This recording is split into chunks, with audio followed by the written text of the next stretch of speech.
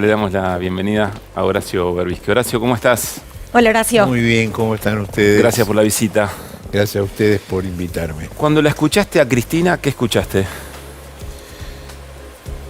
Bueno, escuché algo que ella viene diciendo hace mucho tiempo, que es necesario discutir algunos temas estructurales con quienes no piensan lo mismo, porque hay problemas que cualquier gobierno que venga después del actual, sea peronista o antiperonista, va a tener que enfrentar el mismo problema.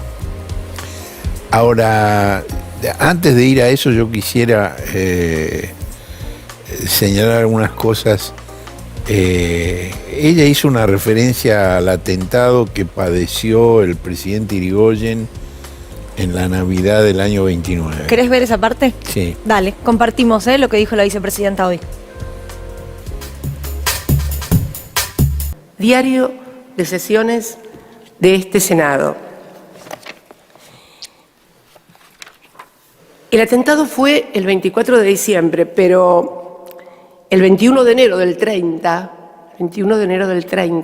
hubo una sesión. Y entonces un senador radical, el senador del Valle, pide la palabra para hacer una manifestación precisamente por eso que había sucedido. Y miren lo que dice. Esto lo digo en nombre de la representación radical, con entera conciencia y tranquilidad. Ese atentado no ha sido sino la consecuencia de la actitud interperante y desorbitada de la prensa, de partidos y aún, señor presidente, del mismo honorable Senado. En la misma esquina del domicilio del doctor Irigoyen se alzó una tribuna de escándalos y amenazas. O sea, fueron a hacer el acto en la puerta de la casa también de Irigoyen. Cualquier similitud no es coincidencia. Y ese desgraciado, dice, que atentó contra la vida del primer mandatario y que tenía sus actividades próximas, oyó quizás allí por primera vez la incitación al crimen. Algún señor senador habló de dictadura, de despotismos, de tiranos, que recordó la Revolución Francesa y habló de la guillotina. De la guillotina, 1930. Va a ser un siglo. ¿Qué le contesta la oposición? Senador Vidal, de Corrientes. Se ha querido mezclar este hecho del atentado contra el presidente de la República con la política actual. Se ha querido relacionarlo con la acción benéfica de la oposición y con la justa y saludable crítica de la prensa independiente, que es una verdadera insensatez condenar, etcétera, etcétera. 6 meses después de esto, Hipólito Yrigoyen se producía el primer golpe militar de la historia y se fundaba lo que después se conoció hasta 1983 como el Partido Militar. ¿Por qué querías hacer mención a esto? Porque es anterior al peronismo esto. Es decir, la idea de que el problema es con el peronismo está desmentida por este episodio. El peronismo nació 14 años después de esto. Es decir, y de alguna manera lo que vemos por parte de algún sector de la oposición actual, y lo ha dicho el expresidente Macri, que no quieren volver atrás al 43, quieren volver a antes del 16. Es decir, quieren borrar no solo el peronismo, quieren borrar también el irigoyenismo. Y por eso me parece muy interesante este corte que acabamos de ver de Cristina. ¿Crees que el radicalismo puede agarrar el guante con esto y agradecerlo en un punto, decir algo? Mira, ahí hay una paradoja, hay varias paradojas. Los líderes de la oposición que se disputan la candidatura presidencial del antiperonismo del PRO son 2 experonistas. Son Rodríguez Larreta y Patricia Bullrich. Y el líder del radicalismo que podría, como decís vos, tomar el guante y hacer un reconocimiento es el carcelero de Milagro Sala. Es el precursor de lo que le están haciendo ahora a Cristina. Es decir, Morales con Irigoyen no tiene nada que ver. Pero fue también que se comunicó con ella, ¿no? Directamente. El que le mandó un mensaje. Está bien, son gestos que es posible, no conozco el detalle, pero digo, Morales asume la gobernación de Jujuy el 10 de diciembre del año 2015 y lo primero que hace es pedir que le manden 2 contingentes de gendarmes para reprimir un acampe que está haciendo en la Plaza Belgrano la Tupac Amaru y otras organizaciones sociales que le están pidiendo a Morales una reunión para discutir la continuidad o la no continuidad, porque Morales había cortado, de una serie de planes y de programas de construcción de vivienda y todo lo demás. Y Morales, en vez de reunirse con ellos para discutir el tema, pide que le manden 2, y si Milagro no es detenida en la primera semana del gobierno de Morales, es porque uno de los 2 ómnibus de gendarmes se desbarranca porque tenía las gomas en mal estado y mueren 40 pibes de la gendarmería al caer el ómnibus en un barranco. Y por eso se posterga hasta el 16 de enero la detención de Milagro. Pero eso está planeado desde el día 1. Jujuy es el laboratorio, es el ensayo general de lo que luego van a hacer con Cristina. Y vos decís difícil que el radicalismo conducido por ese hombre pueda ser la clave para que la oposición reencarrile la discusión política. Y yo creo que ese radicalismo no, digo, con ese liderazgo no. Ahora, Horacio, me parece, a tu criterio, me parece imposible, ¿no? ¿Cuál es la clave para que se pueda recuperar el debate por las políticas concretas para solucionar los problemas más acuciantes de la gente? Si hay sectores de la política que apuestan a cierto grado de violencia, de hostilidad, como modo de acumular electoralmente. Digamos, me parece que lo que hay que hacer es una tarea pedagógica, Lleva de tiempo, recordarles cómo les fue cuando hicieron lo mismo en el año 10. Es decir, ellos ganaron la elección del año 9, crearon bajo la conducción de Patricia Bullrich el Grupo A y decidieron negarle el agua y la sal al gobierno de Cristina. Y le votaron en contra absolutamente todo durante el año 10 en el Congreso. La dejaron sin presupuesto. Cristina tuvo que prorrogar el presupuesto del año 9 porque la dejaron sin presupuesto. ¿Y qué pasó?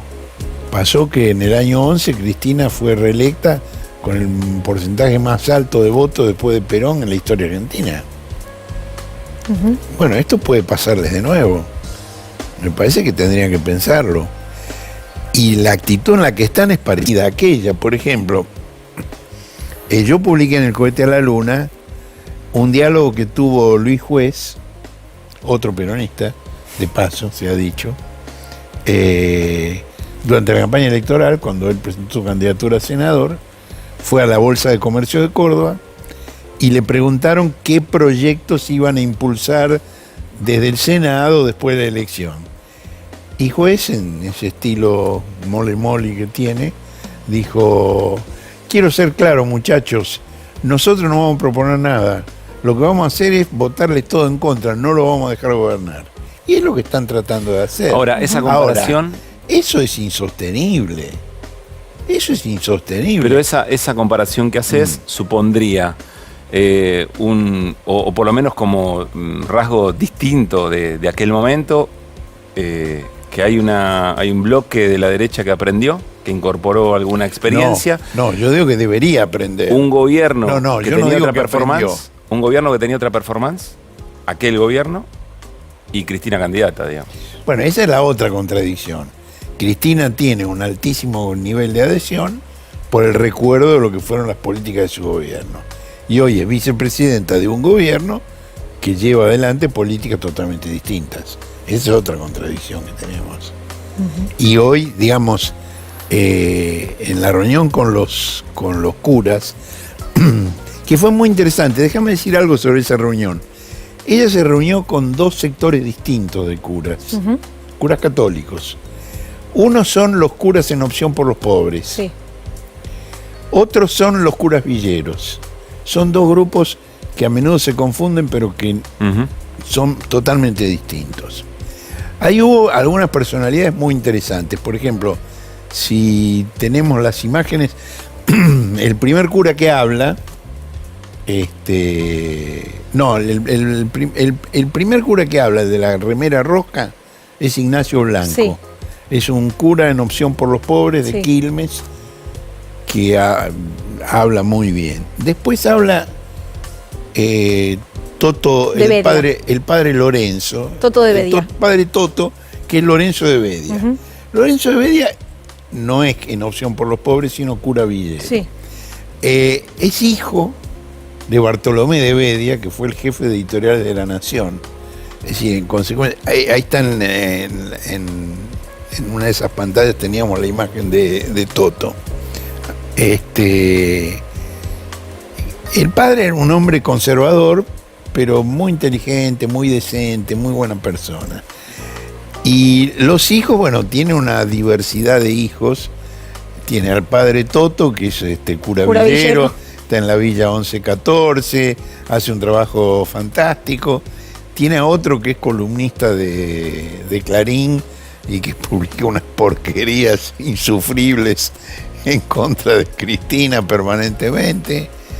Y tiene otro que fue fiscal, que fue el fiscal que denunció que Rodríguez Simón había, para forzar la renuncia de Gil Carbó, le había transmitido la amenaza para sus hijas.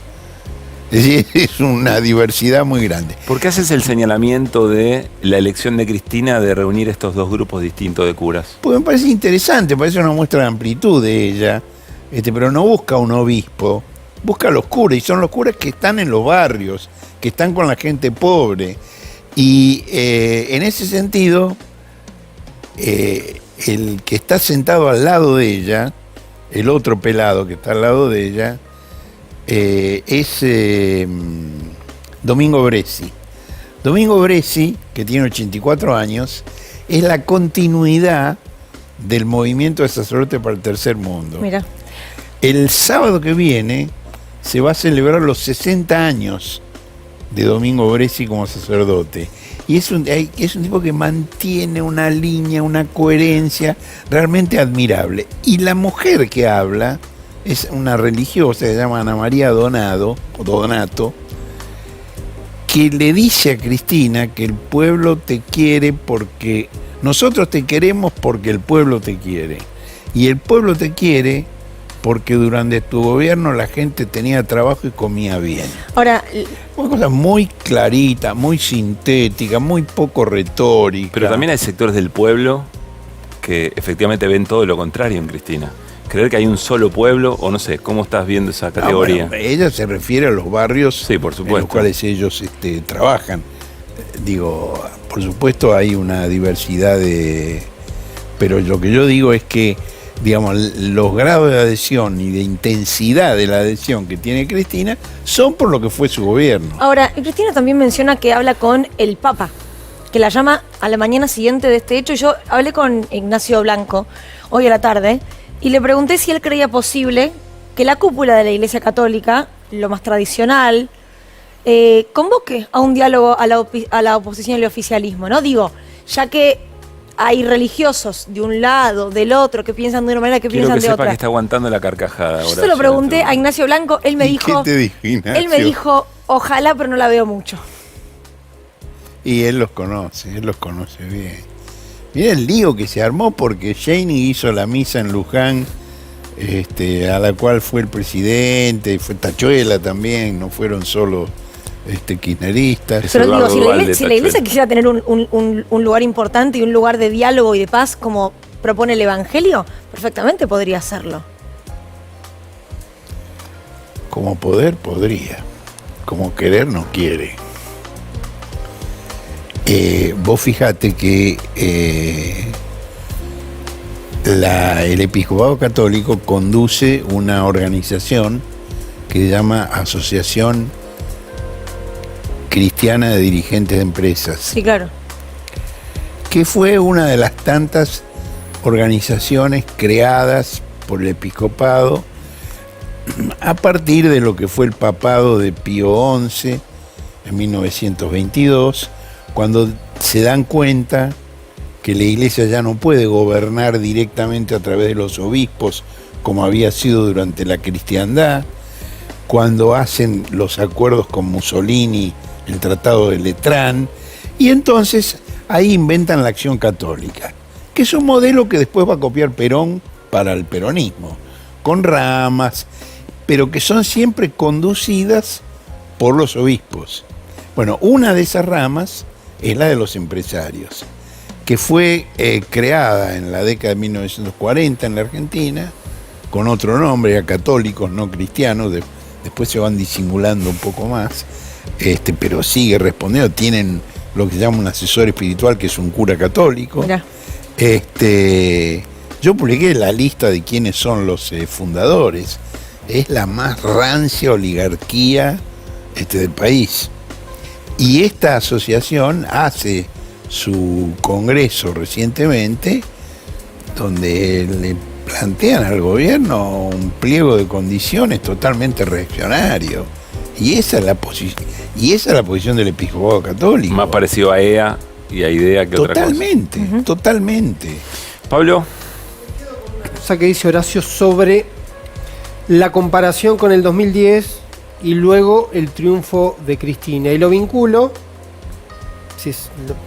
¿qué lo hace pensar que hoy el escenario electoral del Frente de Todos, o qué debería ocurrir para que el Frente de Todos efectivamente esté en una situación de ser realmente competitivo el año que viene? ¿Qué lo hace pensar que la oposición no está viendo ese riesgo? Porque uno adivina que quizás están leyendo todo lo contrario.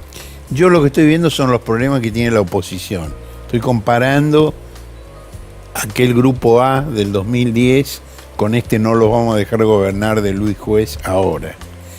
Y para el tema del diálogo que plantea Cristina, la verdad es que hay un solo líder de la oposición que teóricamente estaría en condiciones de responder positivamente y que tendría algo para decir, algo interesante para decir, que es Horacio Rodríguez Larreta, que es claramente el tipo más inteligente, más formado, más preparado, con equipos, con capacidad de gestión. Pero parece subsumido a la lógica de Macri Bullrich, ¿no? Y porque se lo comen. Si él hace algún gesto de receptividad a la propuesta de Cristina, se lo comen crudo. Uh-huh. Ese es el problema que tiene la oposición en este momento. Ahora, la pregunta que me hace Pablo es muy legítima. Digamos, ¿qué tendría que pasar en el Frente de Todos? Claro. Bueno,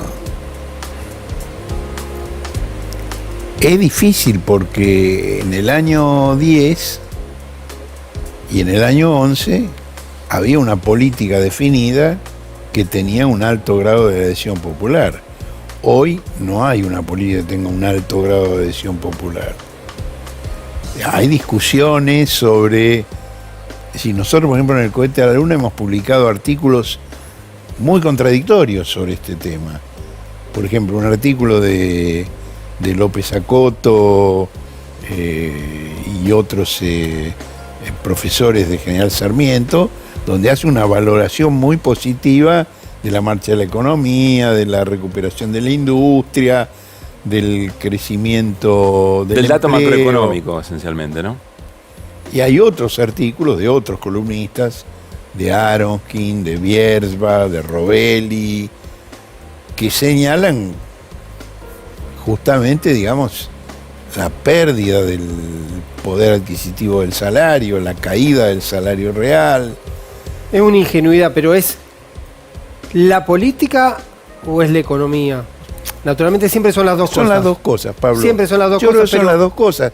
Digamos, la economía es lo que tiene el gobierno en este momento y la política es lo que muestra Cristina.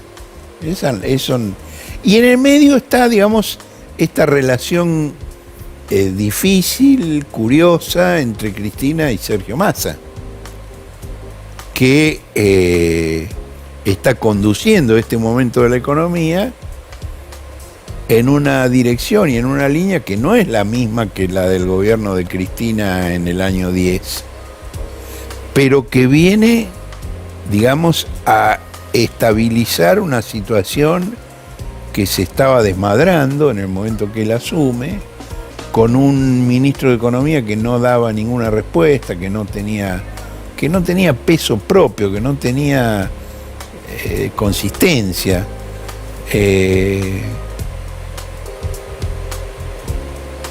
Es decir, vos ves el aval tácito de Cristina respecto a la gestión de Massa en función del deterioro a la que llevó la situación Guzmán Batakis. Sí, por supuesto.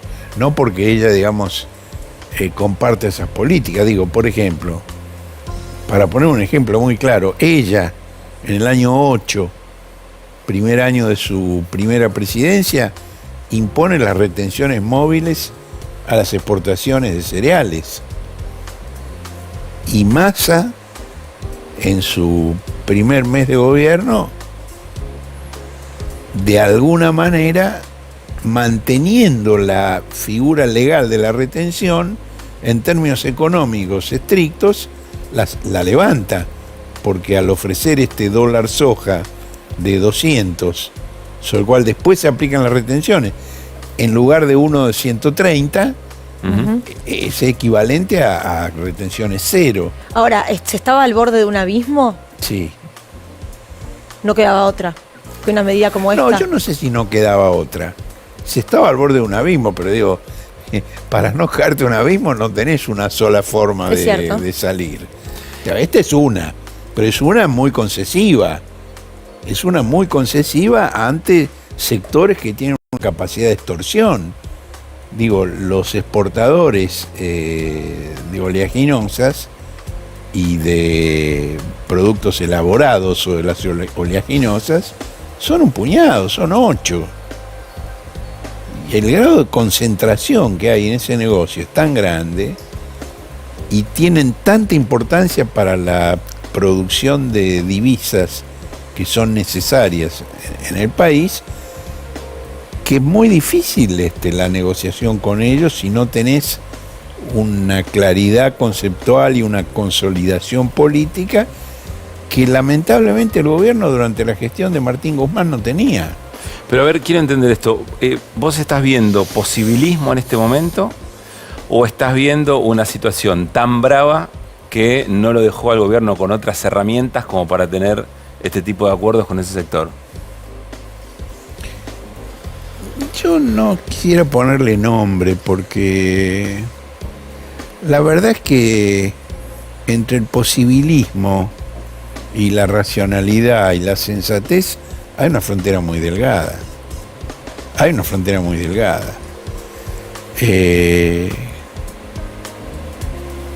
Si vos ves lo que está pasando en otros países, por ejemplo en Chile, bueno, vos tenés a Boric, que llega como incendiario y a los 6 meses está como bombero. ¿Y por qué? Porque no fue sensato lo que hizo. Porque se mandó a una jugada maximalista sin tener el respaldo para sostenerla. Entonces termina reculando en contra de sus propias convicciones. Bueno, y termina cambiando jugadores, ¿no? Acá también se cambiaron jugadores. Sí, acá se cambiaron muchos jugadores, por supuesto. Horacio, quiero volver un poquito al tema Massa. Sí. Porque uno debe imaginar que había un abismo, que había una serie de alternativas, una caja de herramientas acotadas. Tenías que hacer algo y podés tener, digamos, tenías muchas opciones, no sé si tenías actores para llevar adelante distintas opciones, es una discusión. La pregunta es, ¿el tema está saldado o en algún momento en el frente de todos esas cuestiones se van a poner sobre la mesa? Digo? Sí, se van a poner, yo creo, mi opinión es que sí se van a poner. No, saldado no hay nada. Lo que hay es un cierre de filas ante una emergencia. Pero, digo, por ejemplo, el tema del aumento de las tarifas, ese no es un tema cerrado. No es un tema cerrado. ¿Pero y cuánto aguanta la coyuntura el orden fiscal de Massa? Bueno, por eso digo que no es un tema cerrado. Claro. Digamos, porque Cristina es muy sensible a esas cosas. Digamos, esa pregunta que vos haces, ella también se la hace. Y la preocupación es que, digamos, todas estas medidas puedan producir un incendio. Entonces, podés evitar el incendio por aquí, pero tenés el incendio por allí. Son dos formas distintas de incendio, pero igualmente peligrosas. Es el arte de la política, por otra Y parte. claro, Ahora, cuando se habla todo el tiempo de diálogo, se menciona mucho a la oposición, pero hace unos días acá sentado el diputado Valdés mencionó a Héctor Manieto como parte importantísima y elemental de una mesa de acuerdo a nivel nacional. ¿Coincidís? bueno, Eduardo es muy imaginativo. Es un muchacho muy imaginativo. Mirá, ¿Está mal el diagnóstico que hace Eduardo o está mal la expectativa que tiene de que Mañeto se siente en esa mesa? es que es muy difícil disociar una cosa de la otra. Digo, si la expectativa no funciona, el diagnóstico no sirve. Y si el diagnóstico no sirve, digo, es muy difícil. Pero el diagnóstico es, sea Mañeto o sea algún otro integrante de AEA, si pero el establishment económico tiene que estar en esa mesa y son los titulares con los que Cristina eventualmente tiene que lograr algún tipo de diálogo. ¿Te acordás aquello de quiero hablar con los titulares, no con los suplentes? Sí, ¿no? claro. Ahora, por ejemplo, Mañeto, en aquella época del Grupo A, en el año 10, él daba un reportaje, yo no me acuerdo si era en el Financial Times o en el The Economist, en una de las dos principales, en una de las dos importantes revistas económicas. Y ahí él dice que el kirchnerismo ha entrado en una fase expropiatoria. Desde ahí en adelante el objetivo de Mañeto es hacer mierda al kirchnerismo. Si para eso tiene que sentarse en una mesa en algún momento, lo hará. Claro. Pero el objetivo es ese. Si una vez que vos definís que tenés un enemigo que te quiere expropiar y te quiere liquidar, y vas a tratar de liquidarlo vos primero. Ahora, yo creo que no es cierto que no había una fase expropiatoria. No es verdad eso que él dijo. Pero en todo caso es la subjetividad de él. Porque el hecho de que una ley, como la ley audiovisual, lo obligara a desconcentrar parcialmente sus medios audiovisuales, lo sentía como expropiatorio. Ujú. Yo creo que no lo era. Yo creo que hay regulaciones de medios en otros lugares del mundo más severas de las que tenía la ley argentina. Digo, por ejemplo, en Estados Unidos vos no podés tener un diario y un canal de televisión. Y acá tenés un diario, un canal de televisión, una señal de cables, una agencia de noticias, una financiera. Tenemos ganas de meternos un poco y compartir tu análisis de la causa, pero una última sobre este tema. Sí. ¿Qué opinás de lo que Pablo Ibáñez hace un rato bautizó como el compañero Mark, refiriéndose al embajador de los Estados Unidos? Dijo Pablo Moyano, es más peronista que muchos otros peronistas. No, que muchos de los nuestros, dijo. Que muchos de los nuestros. Bueno, esa frase de Pablo Moyano no es contradictoria con una que descalifique al embajador Stanley y lo compare con el embajador Sprill Braden. Ujú. Es posible que ambas cosas sean ciertas. Todo es verdad. No todo, Pero vos ves- esas dos pero espera. cosas son compatibles. ¿Vos ves en este momento un interés en Estados Unidos a través de su embajada por ciertas características que la gobernanza en la Argentina pueda tener de acompañar algunas políticas de este gobierno? Frente Mirá, a la posibilidad de un bolsonarismo, por A ejemplo, mí me ¿no? parece que lo que ellos quieren es condicionar al gobierno e imponerle una determinada línea. Y lo dijo Stanley hace pocos días, él mismo lo dijo, en ese encuentro en el cual se habló de la posibilidad de una concertación. Rodríguez Larreta hizo esa referencia y él dijo, pero no esperen a las elecciones, háganlo ya. Y explicitó, para explotar el litio, Claro. la energía y la agroindustria. Ordénense, les dijo, ¿no? Claro, digo, ahora, dentro de los sectores patronales también hay posiciones distintas. Por ejemplo, Paolo cree que la oposición no está en condiciones de gobernar. Por supuesto, Paolo tiene cuentas pendientes con Macri. Cuentas viejas que tienen un arrastre histórico. Paolo es de Milán, del norte, y Macri es del sur, de Calabria. Los del norte desprecian a los del sur, les llaman africanos. Y Paolo producía la chapa que Macri compraba para prensar las carrocerías de los autos, de modo que tenían una contradicción objetiva de intereses. Si Paolo quería vender caro y Macri quería comprar barato. Digamos, son todos esos factores que están de por medio. Es decir, no hay una uniformidad en el sector patronal respecto de qué desean que ocurra. Es decir, nadie ha sido más claro que Roca en el planteo de que la oposición, él cree que no está en condiciones de gobernar. Ahora, es posible que, digamos, ellos crean que el que está en condiciones es Massa. Tampoco van a votar por Cristina. El planteo vuelve a ser cada tanto una famosa definición de ciertas medidas hacia la derecha o hacia la izquierda, la puede tomar el peronismo o un sector del peronismo o un peronista, ¿sí? Entonces posiblemente haya cierto insumo de esa teoría en el razonamiento de algunos sectores empresarios. Si tiene que haber un ajuste, el ajuste lo haga un peronista. ¿Vos qué edad tenías en el 89? No, 15 años. 15 años, bueno. No leías Ámbito Financiero. No.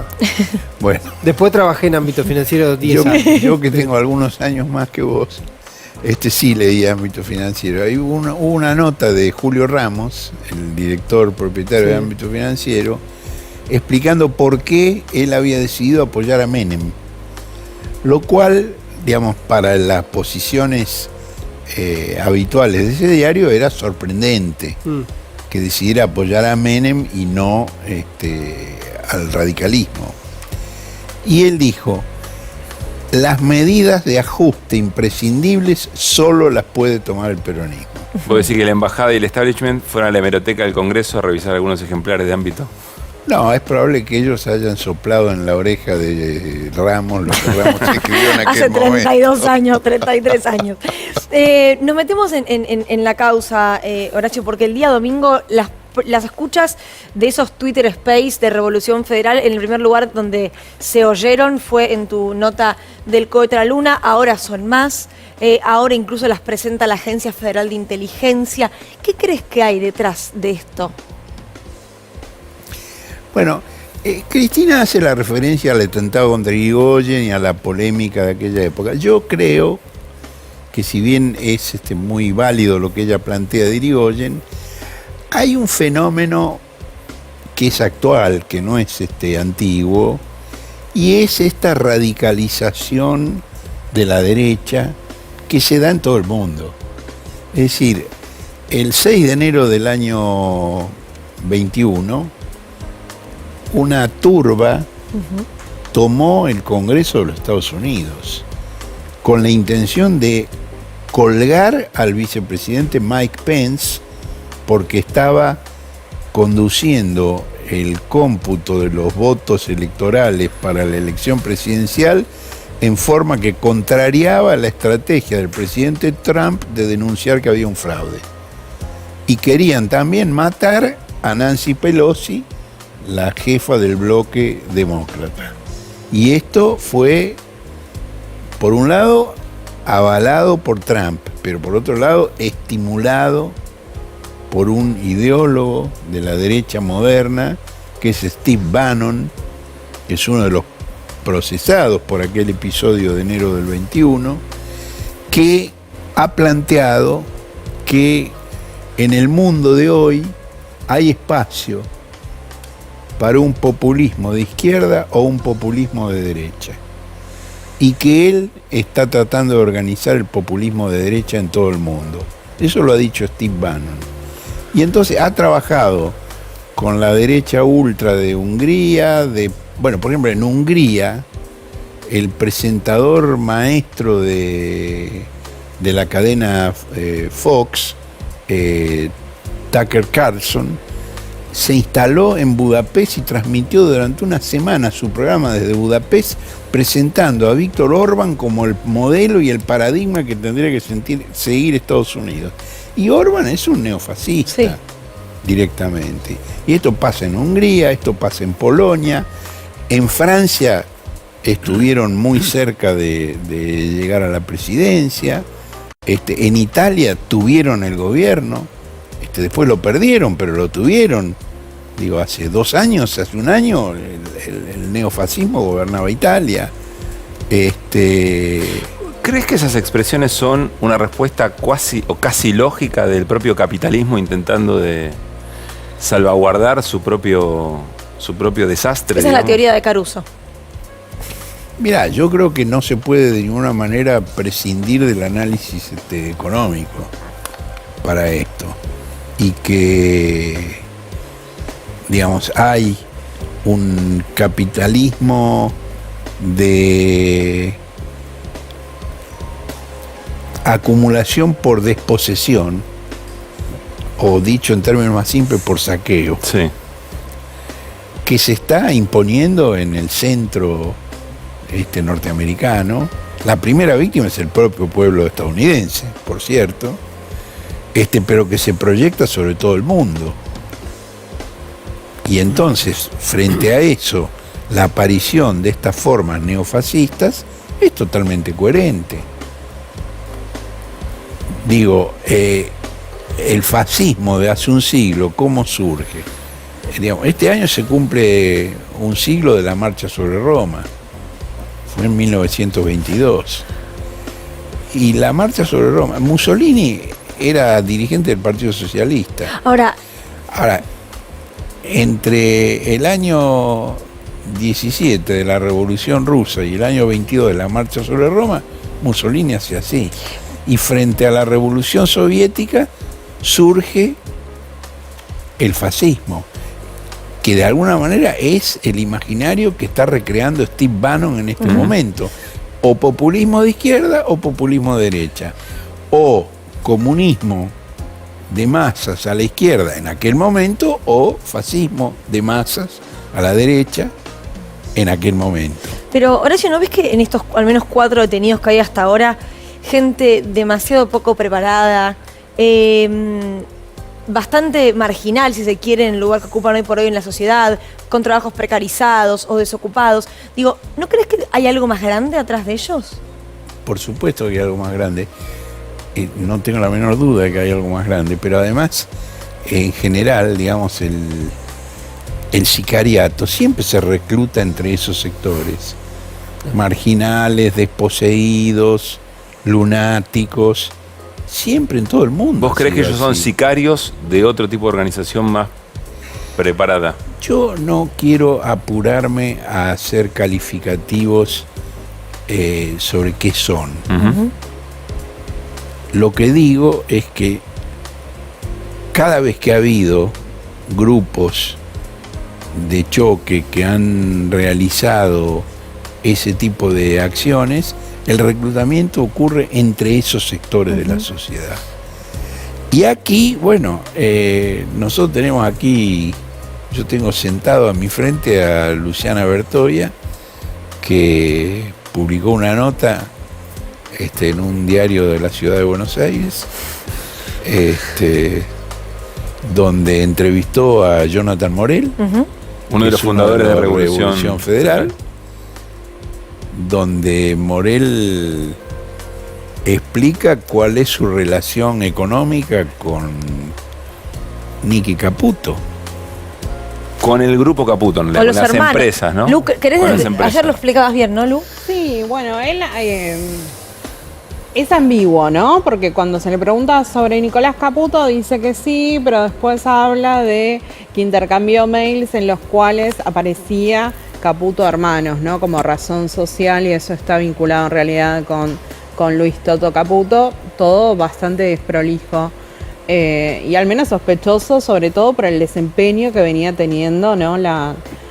la carpintería de este muchacho, que además, algo que hablábamos esta tarde con Pablo, también lo que surge en una nota interesante de la revista Anfibia es que este chico aprendió carpintería por YouTube, con lo cual es raro que una empresa de este calibre la contrate a una carpintería de este tipo, ¿no? Y para un hotel de Neuquén. Hoy uno puede aprender muchas cosas por YouTube, ¿no? Eso tampoco, depende de cuándo. Si lo aprendió el mes pasado, tu razonamiento tiene 100% de validez. Si lo aprendió hace 5 años... No, creo que es hace unos meses, porque esto lo cuenta el colega Nicolás, no recuerdo el nombre, perdón, que escribió la nota en Revista Anfibia, Sí. con la plata de un despido en un call center, armó una carpintería y ahora trabaja para hoteles de Neuquén, por 2 millones de pesos. No trabaja para hoteles de Neuquén, hizo ese trabajo. Bueno, o por lo para menos ese hotel. Eso es lo que él dice. Para ese hotel. ¿Confías en la investigación? Me parece, por lo que yo sé, que está trabajando bien la Policía de Seguridad Aeroportuaria. No tengo mucha confianza en la Policía Federal. No tengo ninguna confianza en la Policía porteña. Creo que la jueza Capuchetti es una mujer que intenta hacer las cosas bien.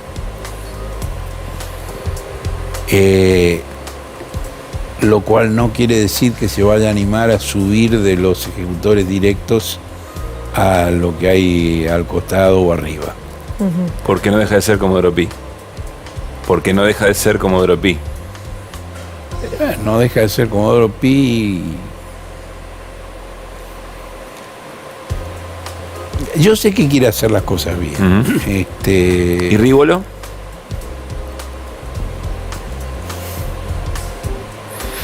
Horacio, mencionaste todas las fuerzas, federal, PCA, no mencionaste a la AFI. Digo, yo hablaba que hay como un planteo con la AFI, y vos has trabajado mucho siguiendo el tema servicios y demás. Sí.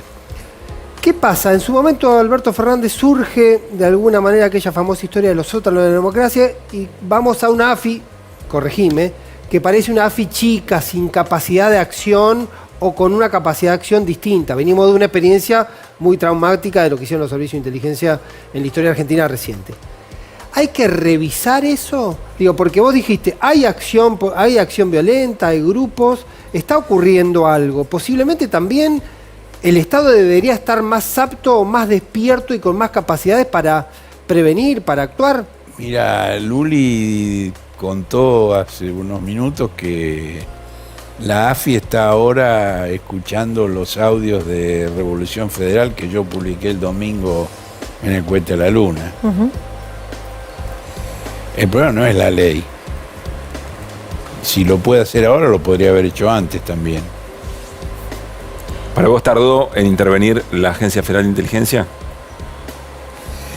Yo no sé qué es lo que hicieron. Digo, sería muy presuntuoso de mi parte decir categóricamente no hizo esto, no hizo, porque no lo sé.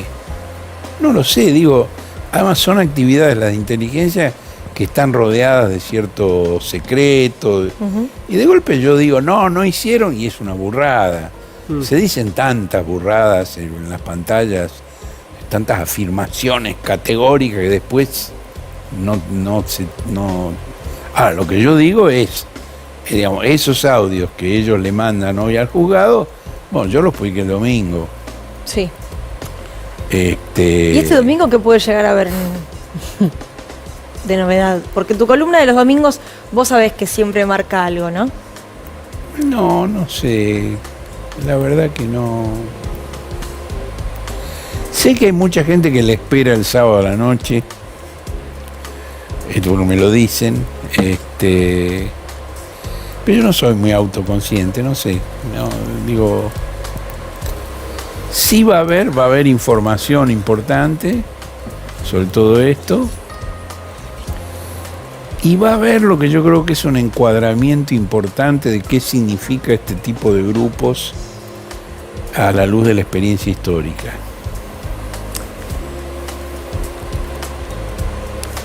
De la historia mundial y de la historia argentina específicamente. Ahí sí creo que va a haber cosas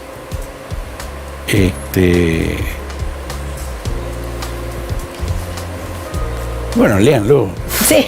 No, eso seguro, eso seguro. Es un artículo que se no lee. me vas a pedir que te cuente la nota del domingo. Spoilea pero su un propia poquito. nota. Es un artículo que se lee el sábado a la noche y más lúcido después a la mañana del domingo. Se relee No, despierto. el planteo con la AFI, con la investigación, yo creo que va al mismo punto. Es cierto que la famosa frase del diario del lunes, uno empieza a encontrar episodios que podrían haber claramente anticipado este hecho. Ahora, yo no me dedico al tema de la investigación, hay gente que se supone que sabe de eso y que trabaja de eso y podría haber hecho esa trazabilidad antes de que ocurra diciendo, esto se está armando. El Grupo Revolución Federal, que es de mayo, vino participando en distintos eventos. Había un caldo, había una acción y nadie lo vio, lo dejaron correr, estaban mirando para otro lado. Yo te quería preguntar en base a eso también, ¿no? Revolución Federal, ¿es un tema para investigar, para estar atentos? ¿Quién lo tiene que investigar? Y retomando un poco lo que vos decías sobre tus dudas sobre la Policía Federal, si nos podés explicar en qué se anclan, ¿no? Si es solo el teléfono de Sabac Montiel, si es la intervención de la custodia de Cristina. No, me parece que no es solo eso. Me parece que hay un maridaje entre la federal y la metropolitana, porque digamos que Macri, al crear la metropolitana, convocó por un lado a militares retirados y por otro lado a federales exonerados o sancionados, y de alguna manera planteó un modelo de policía distinto al de la federal, con menos control civil, con menos cuidado de respeto por los derechos y garantías. Y en la federal hay mucha gente que envidia eso. Y hay nexos, hay gente que hizo parte de la carrera juntos. Ujú. Todos hemos visto el Día de las Vallas, la forma alevosa en que la policía de la ciudad estaba filmando a los manifestantes, Sí. de forma desafiante, sin esconderse. Bueno, esas son cosas que de alguna manera van marcando una línea de la cual después la federal no se sustrae de esas cosas. Y debería tener más conducción la federal, ¿no? Ahora, sí. A mí no me gusta cuando la conducción de fuerzas de seguridad es panelista de televisión. Eso que escuchamos respecto de los agravios contra Máximo Kirchner. Perdón, dejaste pasar una muy grande. Sí. ¿No te gusta una conducción como la de Aníbal Fernández? Fue claro lo que dije, ¿no? No, porque digo, también depende Vos de él la sos- custodia de la vos sos vicepresidenta. rápida, Luli, No, ¿no? yo digo porque también depende de él la custodia de la vicepresidenta en un punto. Del presidente también. Quizás no estamos acostumbrados a que tengan que tener custodias más especializadas, con mayor preparación, o que les dejen elegir un poco menos qué hacer. Bueno, eso habrá que ver cómo es de ahora en adelante, porque, Paenza me contaba un diálogo que él tuvo con Negroponte, el especialista en informática. Paenza estaba muy preocupado por la seguridad de sus comunicaciones y le preguntó cuál era el riesgo y la posibilidad de que le craquearan su... Y Negroponte dijo, mire, le pueden craquear, todo se puede craquear, depende del esfuerzo y del interés que se ponga. Dice, si a usted lo persigue un oso, usted no necesita ser más rápido que el oso, le basta con ser más rápido que su amigo. Bueno,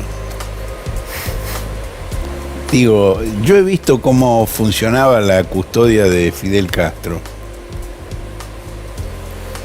No miraban al presidente, estaban de espaldas a él, estaban mirando cada rostro, cada movimiento de los que estaban enfrente del presidente. Ahora, eso porque había constancia de que había planes para matarlo. En cambio, con Cristina, bueno, digamos, de ahora en adelante sí. Claro. Pero digo, tampoco yo quiero cargar las tintas sobre esa falta de funcionamiento de la custodia, porque era un momento en el cual no, digamos, no estaba en la mente de nadie que se pudiera producir. En la del abogado Ubeira, en la de Ubeira. No, en realidad estaba empezando a instalarse. Horacio, Pero, digamos, era nuevo, era... Sí, era reciente. cuando escuchamos esos audios de la policía señalando de la manera que lo hacía a determinados funcionarios, diciendo que no tenían fueros, o lo que se le dice a Máximo Kirchner respecto de pasar o no a ver a su madre, ¿vos creés que cuando se escucha eso y se publica eso, digamos, este tipo de grupo se anima todavía más a ir a por un acto como este? Pero por supuesto. Pero además, de eso han pasado, eso fue el 22 de agosto, ¿no? El 27. El 27 de agosto. Han pasado 3 semanas. ¿Vos sabés quiénes fueron que dijeron eso? No. ¿Vos sabés qué sanciones tomó el gobierno de la ciudad contra esos funcionarios? Horacio, Porque si eso es un funcionario policial que se cortó solo, bueno, al día siguiente lo sancionan, lo separan, lo relevan, como hizo Tayana con el soldado Castelli. Horacio, también en este vivo que hizo Revolución Federal, ¿no? Y que aportó la AFI, ellos dicen, y que bueno, vos también, por supuesto, antes habías adelantado, ellos dicen que tenían diálogo con la policía. Nosotros hablábamos, nos comunicábamos, está todo bien. Está hablando de la policía de la ciudad. Y retomo la pregunta, ¿no? Sobre Revolución Federal, ¿qué tenemos que mirar?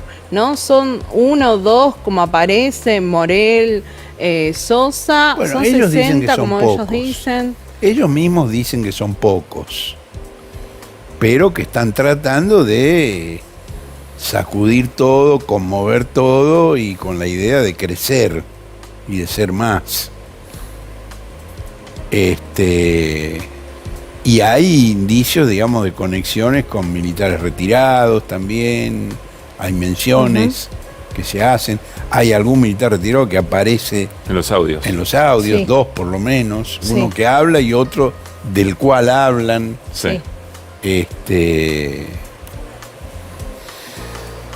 Hay que mirar todo, Lulú, hay que estudiar todo lo que se pueda. Es un grupo que ha dejado muchas huellas porque, digamos, esas comunicaciones en el space de Twitter están. Bueno, hay que estudiarlas, hay que escucharlas y hay que escuchar también los programas periodísticos. Por ejemplo, yo escuché una entrevista que le hicieron a Jimena Tesanos Pinto, donde ella dice que Gladys Egui se fue a vivir a su casa porque estaba viviendo en situación de calle. Bueno, ese es un dato que hay que investigar, hay que verificar, hay que pesquisar. Digo, ¿vos sabés de qué trabaja Jimena Tesanos Pinto? Yo no. ¿Vos sabés de qué trabaja? Yo sí. ¿De qué trabaja? Te lo cuento el domingo. Ahí había desaparecer. información interesante. ¿Hablaste con la vicepresidenta luego del atentado? Sí. ¿Y la ves preocupada por el tema de la investigación puntualmente o más por lo que tiene que ver con el plano político-social? La veo atenta a todo. No se le escapa ningún matiz de la cosa, ningún detalle de la cosa. Lo toma todo muy en serio.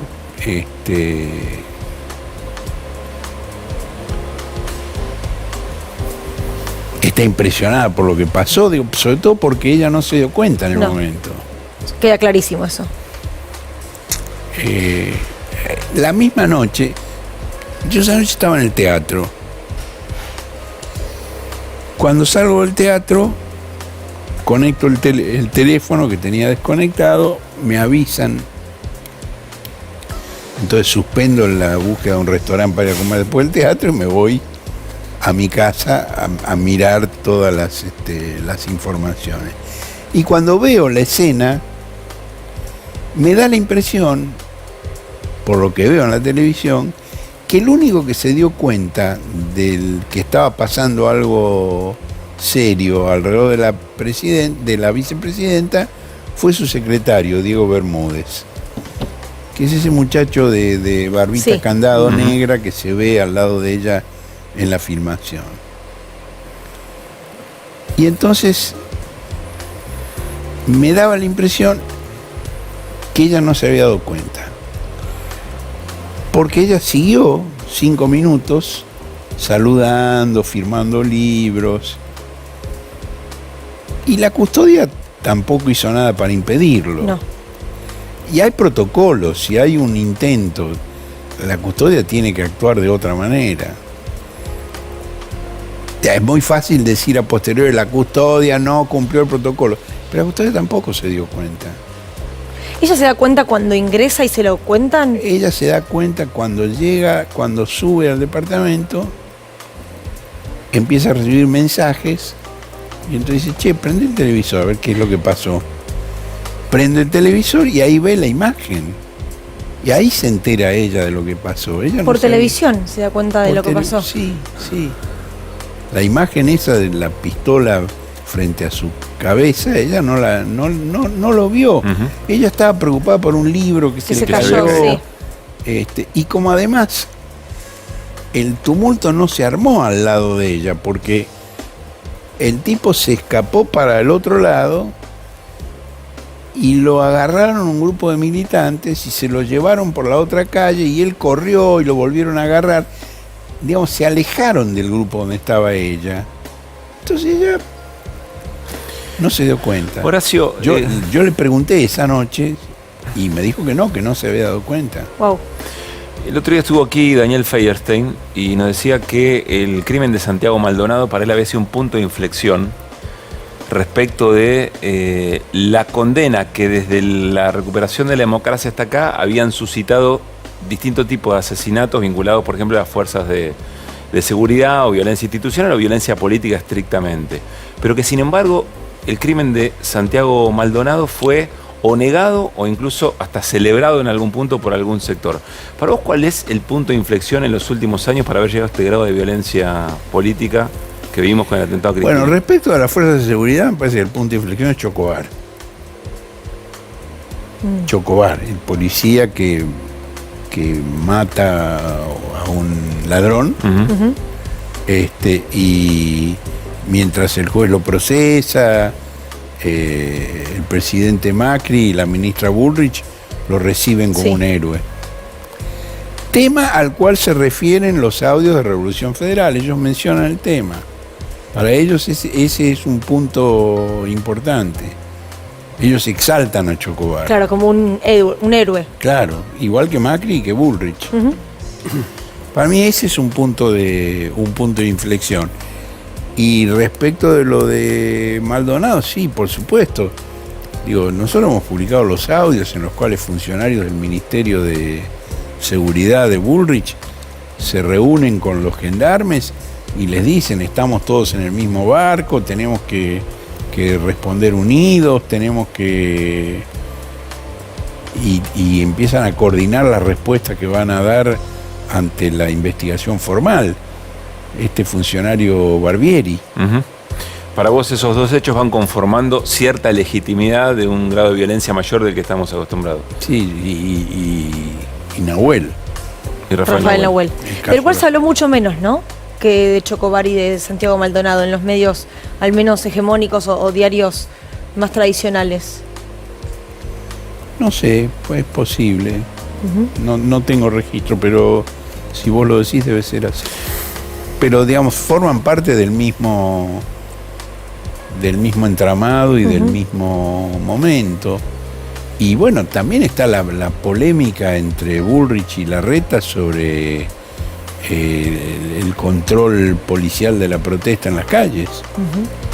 Ese es un conflicto fuerte entre ellos, el protocolo que ella hace, planteando que no se acerquen los periodistas, y que Larreta... No, nunca se aplicó. No, nunca. Yo era movilera en ese momento y siempre la pregunta era, ¿el protocolo? No existió. La última de mi parte, Horacio, tenemos que ir a un corte. ¿Vos le ves algún grado de vínculo o cómo te imaginás el vínculo posible entre el sistema formal político y este tipo de grupos que ahora descubrimos que son más y más intensos de lo que pensábamos?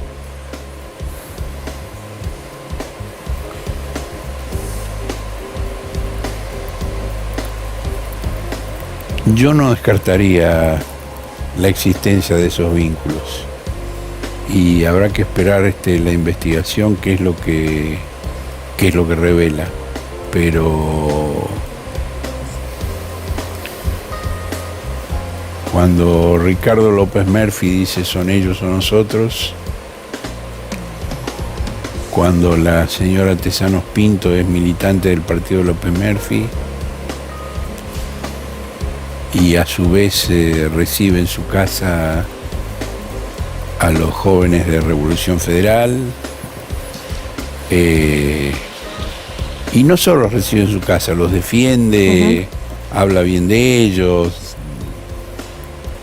dice que son buenos muchachos, que son chicos humildes, que quieren progresar, que... Digo, es toda una zona que hay que profundizar, hay que profundizar. Yo, por supuesto, no creo que eso automáticamente incrimine a nadie, como para decir, como he visto en otros programas que dicen, ¿cómo todavía no detuvieron a tal o a cual? No, yo... Pero, digamos, señalo que me parece que son temas que hay que profundizar y que hay que investigar. Gracias, Horacio, por haber venido. Bueno, te leemos el domingo entonces. El sábado. Gracias.